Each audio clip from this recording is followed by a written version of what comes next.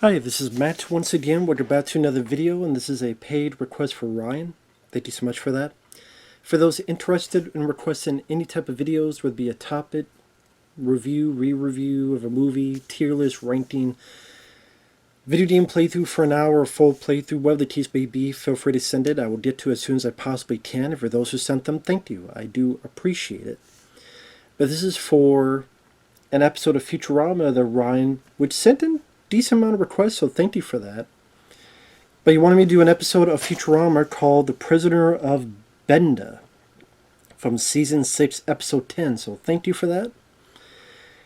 And to get into it, Futurama, like I said before, but for those who didn't see the other videos, Futurama is one of those shows that I believe I saw when it debuted. I believe I saw when it came out back in the day.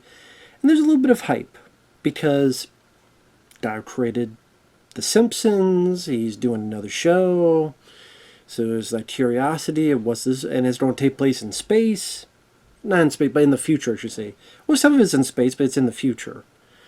So now we have like a whole new ballpark of environments and creative ideas, and the imagination is limitless when you're having something in the future, because you can do pretty much anything. Now, I remember seeing a couple episodes back to the day and kind of just losing interest. I don't remember the details as to why. Now, Ryan has had me review a couple other episodes of Futurama, and I liked what I saw so far. I would say I liked The Simpsons more, Robot Chicken more. I'd probably say I liked South Park more. But so far, I don't mind the show. It's okay. The characters, Fry, the lead, voiced by Billy West, which is cool. It's one of the voices from Ren and Stimpy. He's done a lot of other different voices. The character of Fry, I'm trying to go back and forth. Sometimes his love story with Leela can work well, but maybe it's more of the story. And I liked Leela, voiced by Katie Sagal. How do you pronounce her last name? Is it Sagal?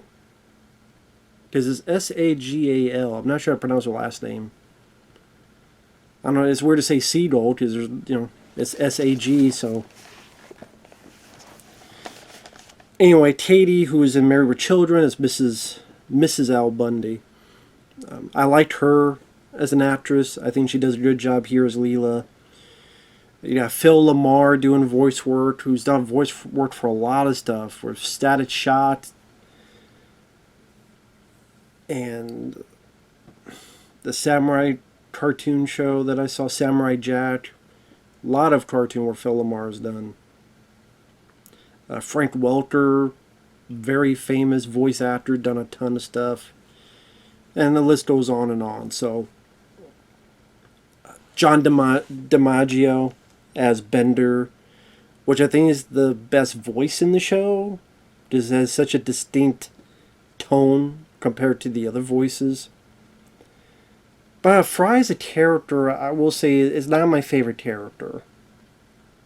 I would say compared to South Park, Simpsons, like other lead characters, he's definitely, I think Fry's one of the weaker ones.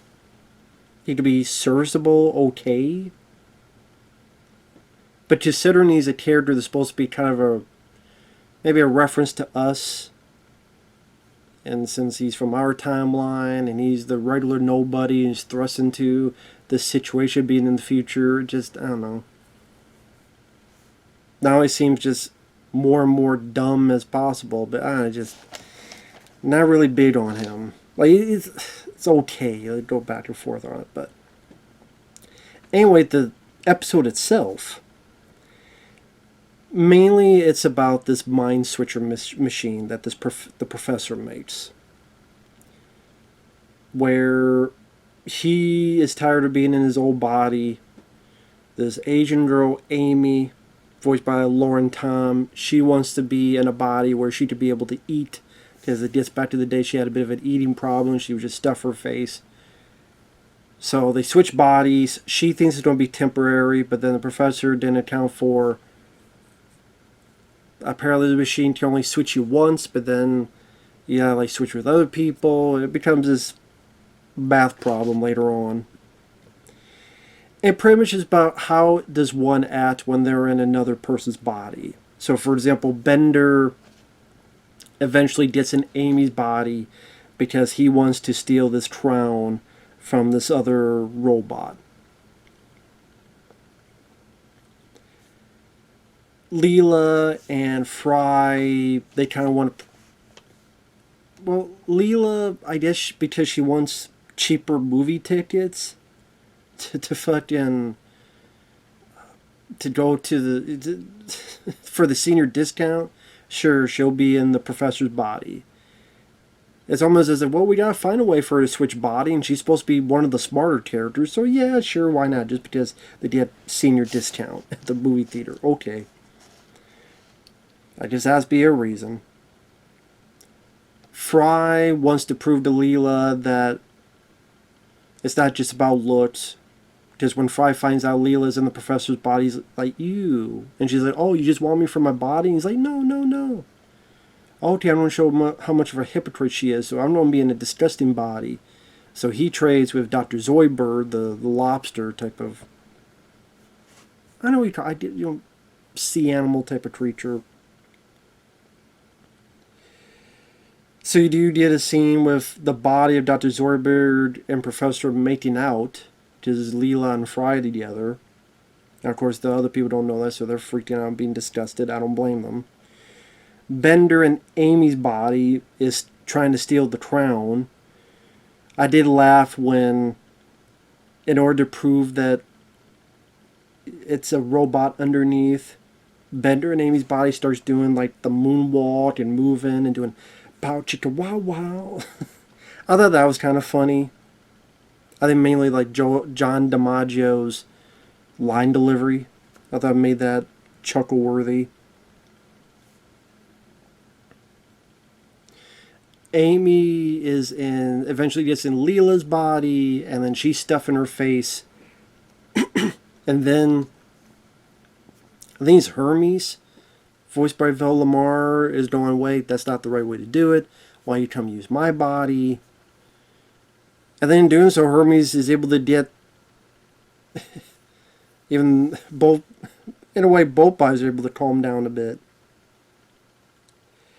And it gets even more and more silly and zany, where now I forgot what the hell his name was. The robot with the crown, it wants to live one day as just a regular Joe Schmo. So it's like, okay, I'll put you in my body, but the professor's now in Bender's body, and the professor decided to join a circus to do dangerous, crazy acts in the circus. I guess just for an adrenaline rush. So Bender's like, well, what the hell am I supposed to do? Well, I'll use this wash bucket machine, and yeah, this is me, and you could be in that body.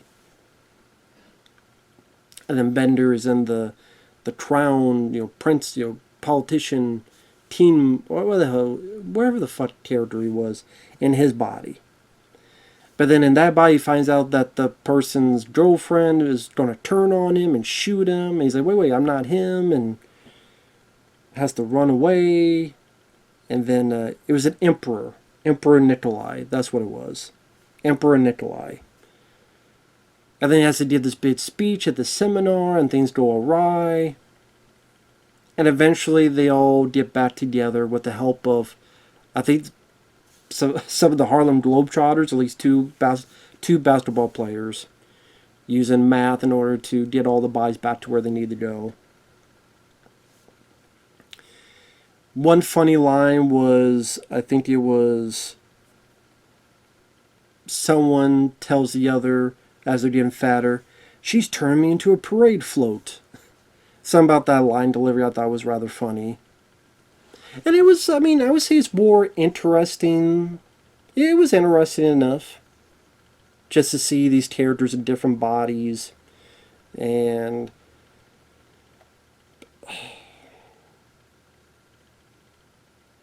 I guess, it gives you a chance to have the professor and Zoidberg in a bed together. If you ever wanted to fucking see that. The whole thing with Amy and her, like, wanting to get fat, and I don't know, just something about that was like, eh. I'm like, I don't know. Didn't do much for me, funny wise, comedy wise. Hermes is just there to kind of fix the problem. He doesn't really have a lot of comedic moments. Bender, I mean, him getting his crown, I mean, it kind of seemed like an afterthought. It's okay, the fun idea is getting them in different bodies, but then it's like, well, what do we do with it? Well, okay, it's this heist where he's got to steal a crown. It's like, okay. Just seems like kind of a lackluster idea with all the things that Bender could do in a different body, and this is the best he got him doing. Maybe something a bit more clever or creative, or what's the word I'm looking for? There's a certain word on the tip of my tongue. I can't think of it, but try to go a little bit be above and beyond. But I mean, that's just me.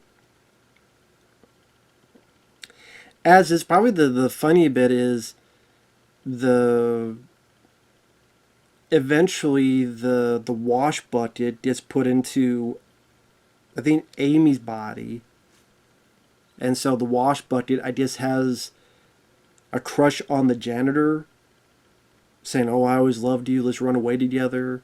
And the way the janitor's like, "I can't, wash bucket. It would never work. Go now, before I beg you to stay."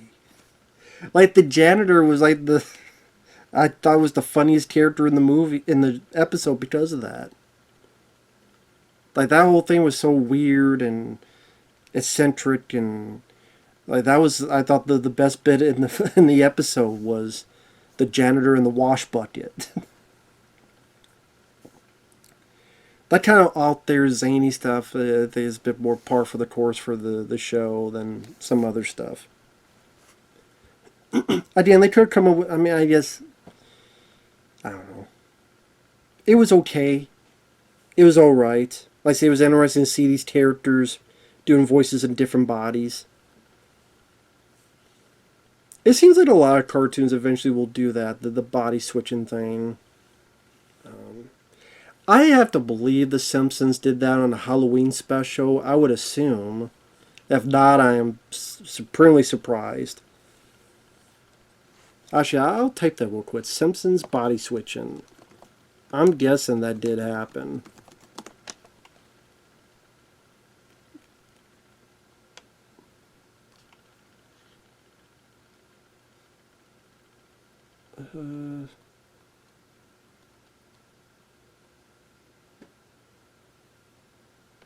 Simpsons body swap.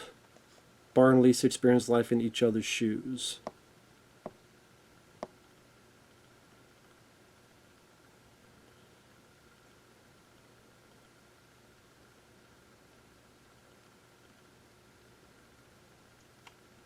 I don't know what the episode is. Is that a real episode, or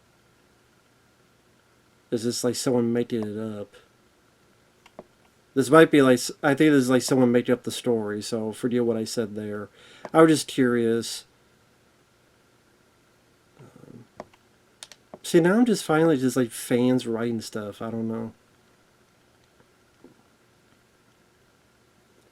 Treehouse of Horror, Homer dies, and then he's in another body. Kind of curious what that is.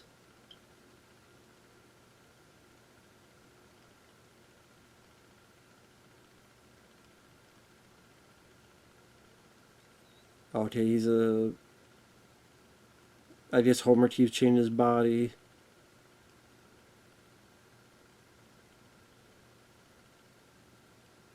So I guess if somehow Homer eventually gets in the body of Moe. I don't know, Treehouse of Horror 30. Sorry, I'm going off tangent. I know I shouldn't do that, but if that's the case, then I'm surprised with all the episodes Simpsons have done There hasn't been like a Bart and Lisa, Lisa and Bart's body type of thing. I'm supremely shocked. Doesn't seem like a common trope in cartoons to do that. If at least to shake things up a bit. Maybe not. Maybe it's not as common as I thought it was. But that part was interesting. I'll say that. So sorry about that random tangent. So with that said, thanks for watching. Take care. And we'll see you guys in the next video. Bye-bye for now.